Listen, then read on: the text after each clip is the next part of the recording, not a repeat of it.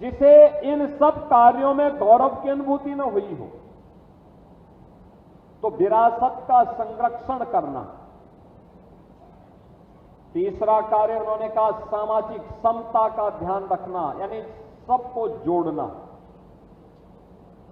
हमारी जो बीच की बुराइयां हैं, छुआछूत है, अस्पृश्यता है, जिसके कारण यह देश गुलाम हुआ, जाति के नाम पर बटा, क्षेत्र के नाम पर बटा, भाषा के नाम पर बटा, इससे उभर करके हम सबको कार्य करना। चौथा संकल्प उन्होंने दिलाया, जो चौथा प्रण है, वह है अपनी रक्षा सेना यूनिफॉर्मधारी फोर्स के प्रति श्रद्धा और सम्मान का भाव। हम यहां पर इसलिए बैठे हैं क्योंकि सीमा की सुरक्षा करता हुआ भारत का जवान, भारत की रक्षा सेना का जवान, सर्दी, गर्मी, बरसात, दिन और रात की परवाह के बगैर जब वहां रक्षा करता है, तब हम यहां चैन की नींद सोते हैं और तब उस सुरक्षित वातावरण में हम अपना कार्य कर पाते हैं। एक पुलिस का जवान जब दिन रात मेहनत करता है, तब जाकर के हम सुरक्षित अपने आप को पाते हैं, तब सुशासन के लक्ष्यों को प्राप्त करने की दिशा में सफलता प्राप्त होती है। इसलिए यूनिफॉर्मधारी फोर्स के प्रति सेना, अर्धसेना, पुलिस के जवानों के प्रति सम्मान का भाव होना। जिन लोगों ने देश के लिए अपने आप को बलिदान किया है, ऐसे क्रांतिकारियों के प्रति, ऐसे शहीद सैनिकों के प्रति, उनके परिवारजनों के प्रति सम्मान और श्रद्धा का भाव पैदा करना। ये जब होगा तब देश की रक्षा सेना में लोग आएंगे, लोगों के मन में एक भाव जागृत होगा। और पांचवां प्रण था जो प्रधानमंत्री मोदी जी का था, वह है कि नागरिक कर्तव्य है। हर नागरिक के अपने कर्तव्य है। हम अधिकारों की चर्चा तो करते हैं, नारेबाजी करते हैं कि मेरी मांगे पूरी हो चाहे जो मजबूरी हो। किसकी कीमत पर? आप देश की कीमत पर, समाज की कीमत पर, संस्थान की कीमत पर नहीं।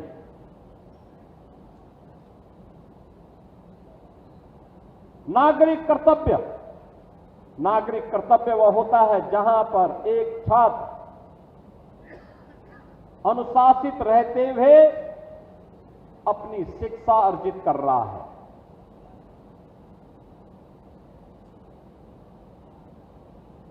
जहां पे एक शिक्षक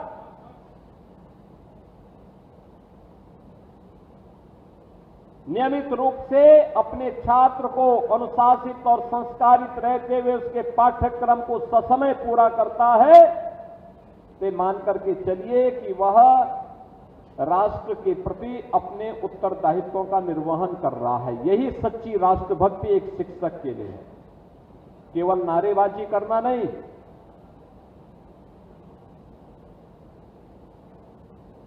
जहां एक व्यापारी ईमानदारी के साथ अपना व्यापार करते हुए एक सामान्य उपभोक्ता का भी शोषण नहीं कर रहा है और जो टैक्स उससे ले रहा है उस टैक्स में गवर्नमेंट का हिस्सा गवर्नमेंट तक पहुंचाने का काम कर रहा है, कालाबाजारी को विरोध कर रहा है, वह उसकी राष्ट्रभक्ति भी है और राष्ट्र के प्रति उसके कर्तव्यों का निर्वहन भी है। एक किसान सर्दी, गर्मी, बरसात की चिंता के बगैर ईमानदारी के साथ अपनी खेती बाड़ी के कार्य को संपन्न करते हुए अन्न उत्पादन कर रहा है, देश के पेट को भरने का काम कर रहा है, उस समय वह किसान देश के प्रति अपने कर्तव्यों का निर्वहन करता हुआ दिखाई देता है। यानी अलग अलग क्षेत्र में जब सभी लोग मिलकर के कार्य करते हैं और अपने उत्तरदायित्व का ईमानदारी पूर्वक निर्वहन करते हैं तो वह उसकी राष्ट्रभक्ति भी है और राष्ट्र के प्रति उसका कर्तव्य भी है। और जिस देश में कर्तव्य को महत्व दिया जाता है, जहां पर लोग अपने स्वयं के अधिकार से महत्वपूर्ण अपना स्वयं का कर्तव्य मानते हैं, वही देश आगे बढ़ता है, वही विकसित होता है। आत्मनिर्भर और विकसित भारत की यही आधारशिला हो सकती है और यही एक आत्मनिर्भर और विकसित भारत की संकल्पना को पूरा करेगा। सैनिक स्कूल अपने आप में नाम से ही एक अनुशासित और संस्कारित वातावरण की ओर हम सबका ध्यान आकर्षित करता है। अनुशासित और संस्कारित वातावरण। आप मुझे बताइए,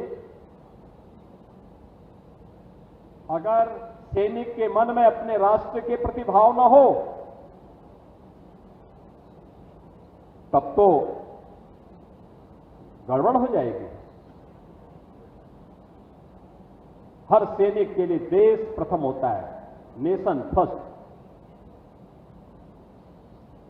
देश के हित के विपरीत कोई आचरण स्वीकार्य नहीं। मेरे हित से महत्वपूर्ण देश का हित है। मुझे अपने हित की तिलांजलि देकर के देश के हित को मुझे करना होगा। यह भाव एक सैनिक के मन में होता है, तब वह देश की रक्षा करते हुए अपने आप को बलिदान करता है और तब देश की सुरक्षा होती है। याद करिए ना, अगर सैनिक भी ये सोचे कि मैं बॉर्डर में हूं, मुझे सर्दी लग जाएगी, मैं राजस्थान के रेगिस्तान में 50 और 52 डिग्री टेम्परेचर में झुलसाती हुई भयंकर गर्मी में क्यों सीमा की रक्षा करूंगा, मुझे भी छाव चाहिए, मेरे भी बाल बच्चे हैं, तब तो हो गई देश की सुरक्षा। लेकिन नहीं, उस सैनिक के लिए देश पहले होता है, परिवार बाद में होता है, फिर उसका स्वयं का हित सबसे बाद में होता है, तब वो देश को कुछ अच्छा दे पाता है। -20, -40 डिग्री टेम्परेचर में हमारा सैनिक जब कारगिल की उन पहाड़ियों में देश की सुरक्षा करता है, सजग होकर के देश की पहरेदारी करता है, तब देश सुरक्षित होता है। और उसी पहरेदारी के लिए से अब यहां पे सरदार रज्जू भैया के नाम पर सैनिक विद्या मंदिर, यानी रज्जू भैया सैनिक विद्या मंदिर, यह स्थापित किया गया है और इसके लिए भूमि दान दिया है बाबा राजपाल सिंह जी ने। बहनों और भाइयों, दुनिया के अंदर अनेक ऐसे उदाहरण आपको मिलेंगे। मुझे पिछले दिनों जापान जाने का अवसर मिला था। जापान 1945 में जापान पूरी तरह तबाह हो गया था। पहली बार दुनिया के अंदर 1945 में परमाणु बम का दुरुपयोग हुआ था और दो महत्वपूर्ण और सबसे बड़ी आबादी के सिटी जापान के परमाणु बम की चपेट में आए थे। लाखों लोग मारे गए थे। जापान आर्थिक रूप से और मनोबल की दृष्टि से टूट सा गया था। मुझे उस देश में जाने का अवसर प्राप्त हुआ। आज जापान दुनिया के अंदर एक विकसित अर्थव्यवस्था के रूप में काम कर रहा है। विकसित अर्थव्यवस्था के रूप में दुनिया के विकसित देशों में जापान का नाम है। 1947 में भारत आजाद हुआ और 1945 में जापान पे हमला भी हुआ। कमोवेश एक जैसी परिस्थितियां दोनों देशों के सामने।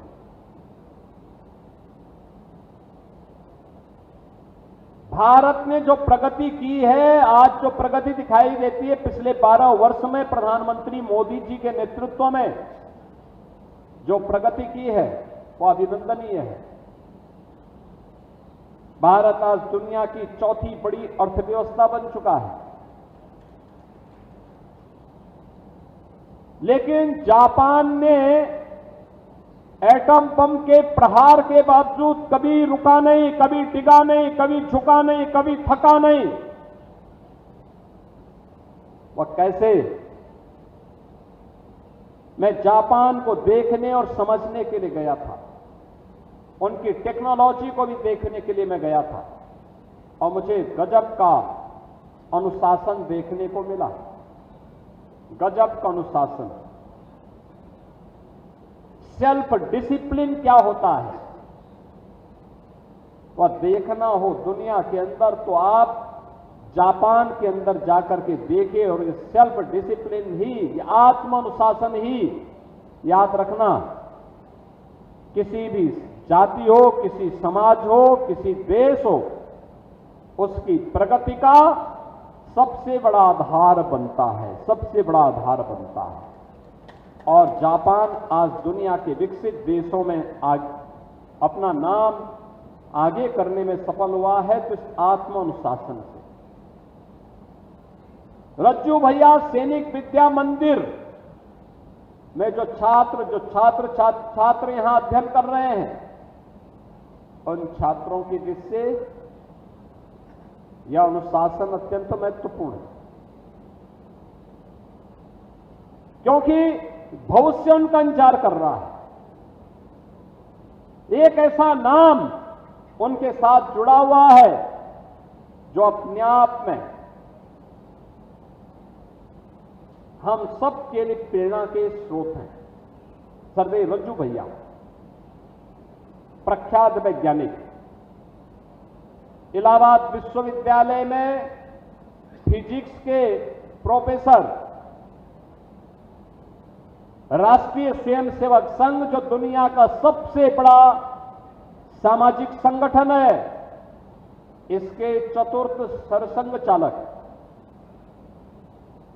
1994 से सन 2000 तक सर्वे रज्जू भैया ने राष्ट्रीय स्वयंसेवक संघ के सरसंघ चालक के रूप में, यानी राष्ट्रीय स्वयंसेवक संघ के चीफ के रूप में पूरे देश और दुनिया के लाखों स्वयंसेवकों को नेतृत्व दिया था।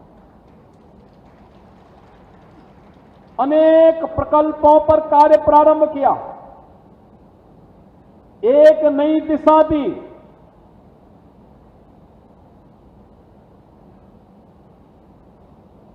क्या अद्भुत व्यक्तित्व था,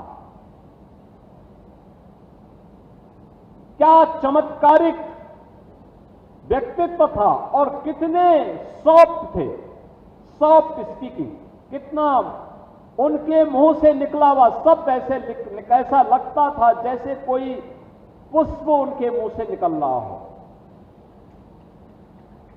और सदैव हर एक व्यक्ति के प्रति सहानुभूति का भाव उनके मन में, संतत्व का भाव उनके मन में रहता था। ऐसे सर्वे रज्जू भैया के नाम पर सैनिक विद्या मंदिर के अपने आप में एक ऐसे प्रकल्प को जो आने वाले समय में देश की रक्षा सेनाओं के लिए सैन्य अधिकारियों की आपूर्ति करने की दिशा में महत्वपूर्ण कदम उठाने जा रहा है। यह हमारा सौभाग्य है, जब हमारी सरकार आई तो हमें पूज्य रज्जू भैया के नाम पर प्रयागराज में, जिस प्रयागराज में उन्होंने एक प्राध्यापक के रूप में इलाहाबाद विश्वविद्यालय में अपनी सेवा दी, उसी प्रयागराज में उनके नाम पर विश्वविद्यालय बनाने का अवसर हमारी सरकार को मिला। और मुझे प्रसन्नता है कि आज रज्जू भैया के नाम पर यह प्रतिष्ठान यहां पर, यह संस्थान यहां पर संचालित हो रहा है। मैं यहां के सभी छात्र छात्राओं से यही कहूंगा, सभी छात्रों से कहूंगा, याद रखना, अनुशासन उनके जीवन का सबसे बड़ा मंत्र है। राष्ट्र प्रथम भाव उनके मन में, उनके अंतःकरण में होना चाहिए और राष्ट्र के प्रति कर्तव्य वही है जो अपने पाठ्यक्रम को ससमय पूरा करना, अपने आप को भारत और भारतीयता के साथ जोड़ करके सनातन मूल्यों की रक्षा करने के लिए सदैव तत्पर रहना, यह उनके लिए अत्यंत महत्वपूर्ण होगा। आज जब मैं आया हूं, बुलंदशहर जनपद तो बहुत सौभाग्यशाली जनपद है। इस जनपद ने देश को सबसे अधिक सैनिक दिए हैं, सबसे अधिक सैनिक दिए हैं इस जनपद में, सैन्य अधिकारी दिए हैं। और जब यहां इस जनपद में आए हैं तो स्वाभाविक रूप से बुलंदशहर में मैं भी यहां पे प्रबंध समिति के हमारे जो अध्यक्ष हैं श्री CL बरेजा जी, उनसे बातचीत मेरी हो रही थी, माननीय मनवीर जी से बातचीत हो रही थी। हम लोगों ने 2017 में उत्तर प्रदेश सरकार ने देश के अंदर पहला सैनिक स्कूल स्थापित किया था 1960 में। तब डॉक्टर संपूर्णानंद जी उत्तर प्रदेश के मुख्यमंत्री हुआ करते थे। उस समय सैनिक स्कूल प्रारंभ हुआ था और सैनिक स्कूल प्रारंभ होने के बाद हम लोगों ने उस विद्यालय को बहुत अच्छे ढंग से आगे बढ़ाया। जब मैं विद्यालय में गया तो मैंने कहा भी क्या यहां बालिकाएं हैं कि नहीं है? उन्होंने कहा नहीं। हमने कहा भी यहां बालिकाओं का भी प्रवेश प्रारंभ कराओ। देश के पहले सैनिक स्कूल में बालिकाओं का प्रवेश प्रारंभ हुआ था, लखनऊ सैनिक स्कूल में, जो राज्य सरकार के द्वारा संचालित है। अब भारत सरकार ने देश के अंदर हर सैनिक स्कूल के लिए व्यवस्था प्रारंभ कर दी। अब सरदेव रज्जू भैया के नाम पर स्थापित सैनिक विद्या मंदिर में भी हमारी बेटियां भी प्रवेश लेंगी आने वाले समय में। और हमारी हार्दिक इच्छा है कि बालिकाओं के नाम पर जो छात्रावास बने वो हम लोग बनाएंगे और रज्जू भैया की माता जी के नाम पे वो छात्रावास रहे तो बहुत अच्छा होगा। सरदेव रज्जू भैया की माता जी के नाम पर। रज्जू भैया के जो पिताजी थे वह इरिगेशन के चीफ इंजीनियर थे। पश्चिमी उत्तर प्रदेश के अंदर जो सिंचाई का इतना अच्छा नेटवर्किंग है, इसमें सरदेव रज्जू भैया के पूज्य पिता का योगदान है और इसलिए वह कार्यक्रम भी हम लोग यहां पर आगे बढ़ाएंगे। मैं आज के इस अवसर पर सभी छात्रों से इस बारे में जरूर कहूंगा कि दुनिया के अंदर आगे वही बढ़ा है जो अनुशासित रहा है, परिश्रमी रहा है, निरंतर प्रयास करता रहा है, उसी ने इतिहास बनाया है। और याद करना, हम उस नए इतिहास को बनाने की दिशा में प्रयास करें। सरदेव रज्जू भैया की स्मृति को जीवंत बनाएं। दुनिया के सबसे बड़े सामाजिक संगठन राष्ट्रीय स्वयंसेवक संघ का सानिध्य आपको प्राप्त हो रहा है। इस सामाजिक संगठन ने सैकड़ों प्रकल्पों के माध्यम से पूरे देश और दुनिया के अनेक देशों में जहां भी भारतीय रहते हैं उन सब के सामने कुछ आदर्श प्रस्तुत किए हैं। उससे अगर आप सभी भी कुछ अंगीकार कर सकेंगे तो जीवन सार्थक होगा। इस विश्वास के साथ मैं रज्जू भैया सैनिक विद्या मंदिर के उज्जवल भविष्य के लिए अपनी शुभकामनाएं देता हूं। विश्वास करता हूं कि सैनिक विद्या मंदिर पूज्य रज्जू भैया के आदर्शों को अंगीकार करते हुए देश की रक्षा सेना और जीवन के प्रत्येक क्षेत्र में योग्यतम कैडेट्स वहां भेजने में अपना योगदान देने में सफल होगा। आप सबके प्रति मेरी मंगलमय शुभकामनाएं हैं। धन्यवाद। जय हिंद, जय जय श्री राम। बहुत बहुत धन्यवाद पूज्य महामना आपके